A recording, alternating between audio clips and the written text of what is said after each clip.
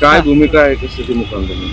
आज परमपूज्य डॉक्टर बाबासाहेब आंबेडकरांच्या पुतळ्यावर आम्ही या ठिकाणी मूक आंदोलन करण्यास बसलेलो आहोत। मागच्या 7-8 दिवसातल्या घटना ह्या महाराष्ट्राला आणि देशासाठी निश्चित या ठिकाणी मान खाली घालायला लावणाऱ्या आहेत। त्या ठिकाणी परभणीमध्ये संविधानाची प्रत संदर्भामध्ये किंवा एकूणच बाबासाहेबांच्या प्रति विरोधात जे काय चुकीचं नका गोष्टी घडल्या त्या विरोधात एक कार्यकर्ता जो सामाजिक कार्यकर्ता आंबेडकरी चळवळीचा कार्यकर्ता सोमनाथ सूर्यवंशी हा रस्त्यावर उतरला।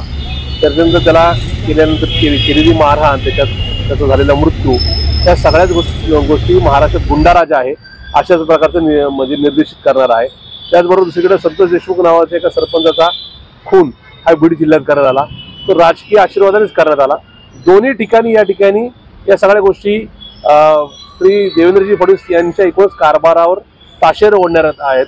आणि त्याच्या पलीकडे जाऊन काल परवा या ठिकाणी या देशाचे गृहमंत्री अमित शहा यांनी ज्या पद्धतीने बाबासाहेबांचा अपमान करण्याचा प्रयत्न केलाय, बाबासाहेबांना कमी लेखण्याचा जो प्रयत्न केलाय, त्यानंतर नरेंद्रजी मोदी यांनी त्याच्यावरती काय पांघरून घालण्याचा किंवा सारवासारव करण्याचा प्रयत्न केलाय, हा निश्चित कुठेतरी संविधानाच्या संदर्भात डॉक्टर बाबासाहेब आंबेडकरांच्या संदर्भात आणि एकूणच नाही का उपेक्षित वंचित घटकांच्या विरोधातला हा सगळा सूर आम्हाला दिसतोय।